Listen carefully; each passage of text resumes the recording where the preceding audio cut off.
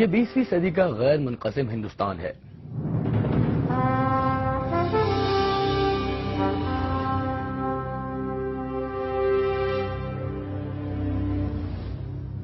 برطانوی سامراج پورے برصغیر پر قابض ہے۔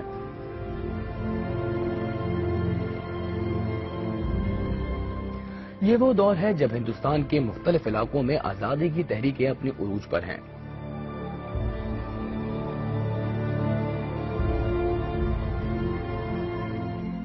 کانگریس اور مسلم لیگ انگریزوں سے آزادی حاصل کرنے کی جدوجہد کر رہی ہیں۔ بنگال کے حریت پسندوں کی رہنمائی سبھاش چندر بوس کر رہے ہیں۔ بھگت سنگھ جیسے باغیوں نے جرأت اور بہادری کی ایک نئی تاریخ رقم کی ہے۔ اسی دور میں اگرچہ سندھ کے کچھ بااثر افراد آزادی کے جذبے سے بے نیاز انگریزوں کے بعد گزار نظر آتے ہیں۔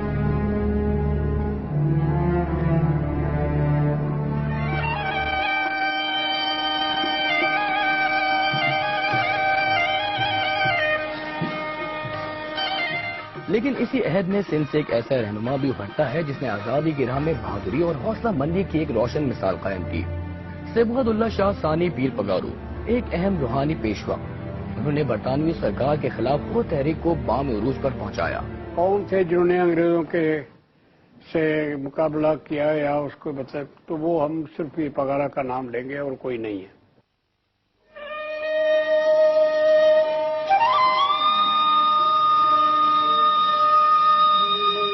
سندھ میں وہ تحریکوں کا سلسلہ ایک صدی سے بھی زیادہ کا ہے۔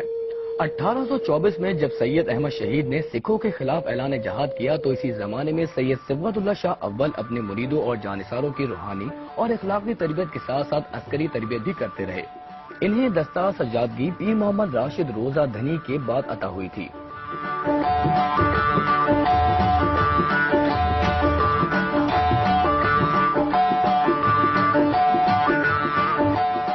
جس طرح سے وسط ہندوستان میں شاہ ولی اللہ کا روب اور دبدبا تھا، اسی طرح سے شمال مغربی ہندوستان کے اندر پیر محمد راشد روزہ دھنی کی شان اور شوکت تھی۔ اس سلسلے کے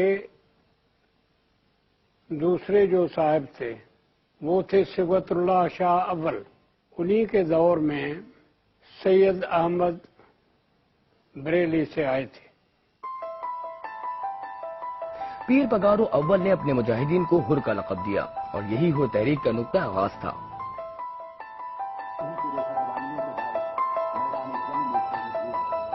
صبغت اللہ شاہ اول کے بعد سید پیر علی گوہر شاہ، پیر سید حزب اللہ شاہ، پیر سید گوہر علی شاہ اور سید شاہ مردان شاہ نے حر تحریک کی شمع روشن کی۔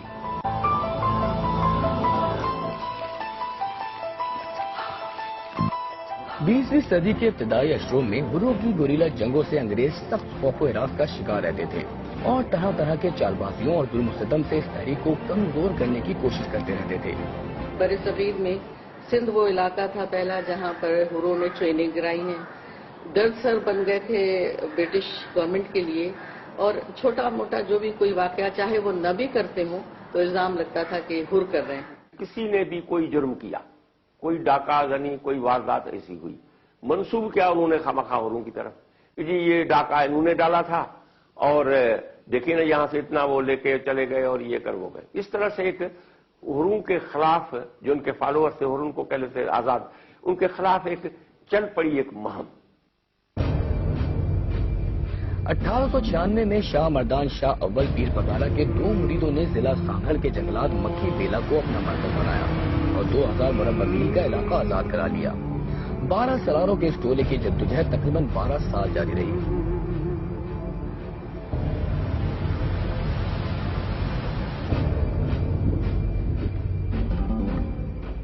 انگریزوں نے پیر پگاروں کے مریدوں اور حروں پر ظلم و ستم کی انتہا کر دی۔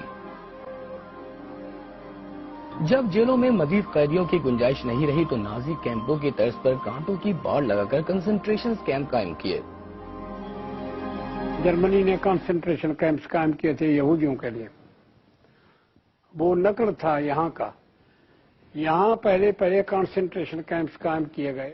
کیمپوں میں رہتے تھے، انہوں نے پکڑ کے ہم کو عورتوں کو الگ کر دیا، مردوں کو علیحدہ کر دیا، عورتوں کو سانگڑ میں کیمپیں بنا دی جس میں ہم بھی 6 مہینے رہے، باقی مردوں کو لے کے حیدرآباد میں جا کے سینٹرل جیل میں بند کیا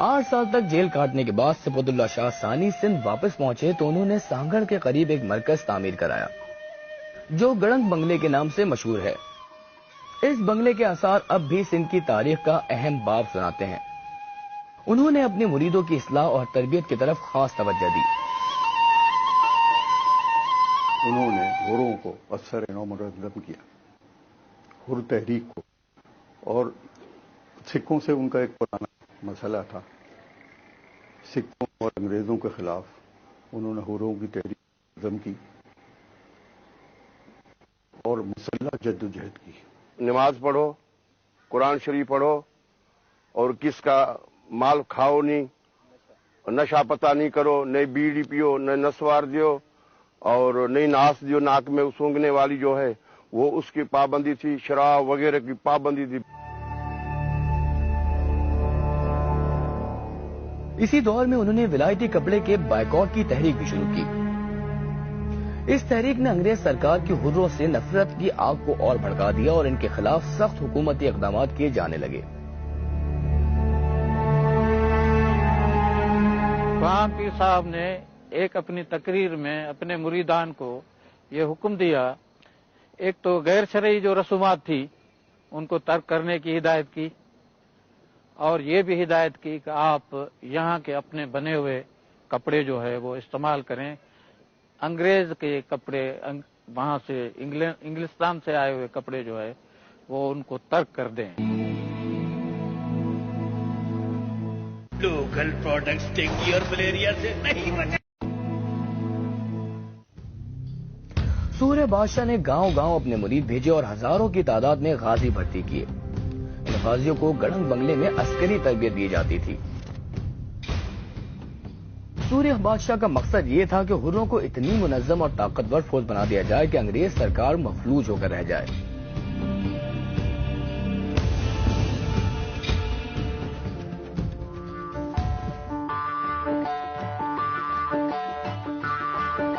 سید صفوت اللہ شاہ ثانی کی تعلیمات کی خاص بات ان کی مذہبی رواداری تھی۔ ان کا حکم تھا کہ مسلمان اور ہندو آپس میں اتفاق سے رہیں، مگر اسی زمانے میں مسجد منزل گاہ کا واقعہ ہوا۔ سکھر میں یہ جو مسجد تھی وہاں اس کے آس پاس ہندوؤں کی پراپرٹیز تھی، اور اسی کو بنیاد بنا کر یہ کہا گیا کہ کوئی جھگڑے فساد کی کوئی چیز ہو جائے۔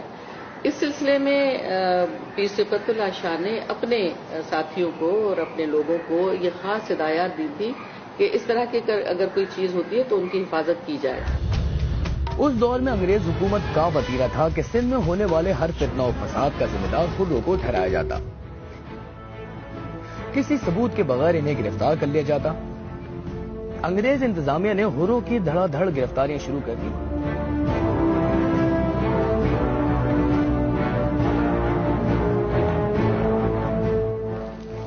مگر آزادی کی آگ بھڑک اٹھی تھی۔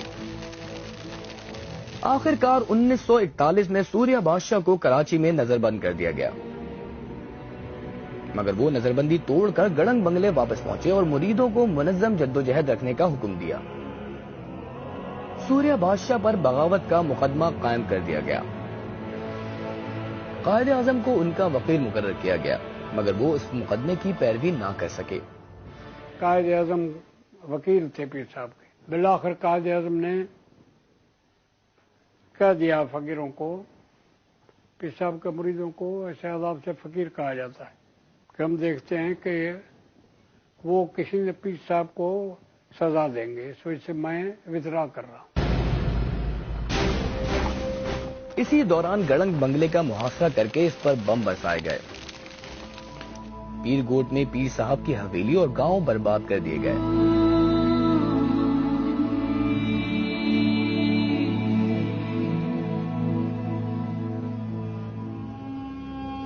اور پھر 1941 میں سوریہ بادشاہ کو گرفتار کر کے سندھ میں مارشل لاء نافذ کر دیا گیا۔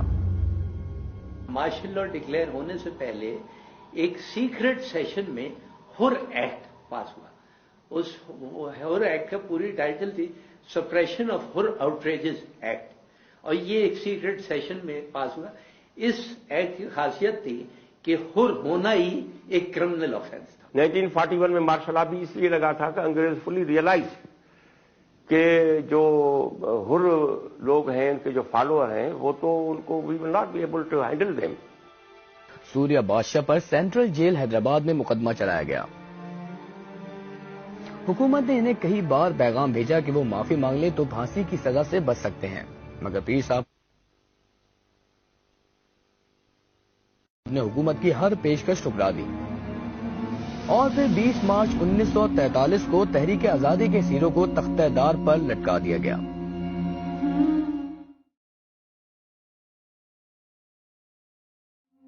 روایت مشہور ہے کہ پھانسی کی رات اس نے ان کے ساتھ شطرنج کھیلی اور اس میں ایک دو گیم جو کھیلی تو اس میں سوریہ بادشاہ نے ان کو ڈیفیٹ کیا دونوں دفعہ.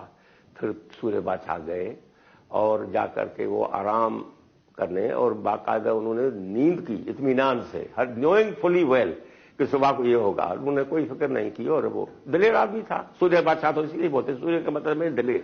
اور پھانسی سے نیچے اتار کر لوگوں کو دکھایا گیا کہ دیکھو یہ پیر پگارا ہے جس کو ہم نے پھانسی دی ہے، تاکہ یہ جا کے بتائیں پیر صاحب کے جو معتقدین ہیں، مریدین ہیں، ان کو کہ ہاں واقعی پیر صاحب فوت ہو گئے. پھر لے گئے یہ انگریز نے لے کر پیر صاحب کی لاش نہیں دی. انہوں نے کہا کہ یہاں بھی نہیں دفن کرنی چاہیے، پیر صاحب ہمیں نہیں چھوڑیں گے یہاں بھی، اب ایسے لے جائیں کسی کو پتہ نہ ہو. پھر سنا جاتا ہے، کہا جاتا ہے کہ بلوچستان کا جو کنارہ ہے نا سمندر کا، اس کے اندر کوئی جزیرہ ہے، وہاں انہیں دفن کیا ہے، کسی کو معلوم نہیں ہے.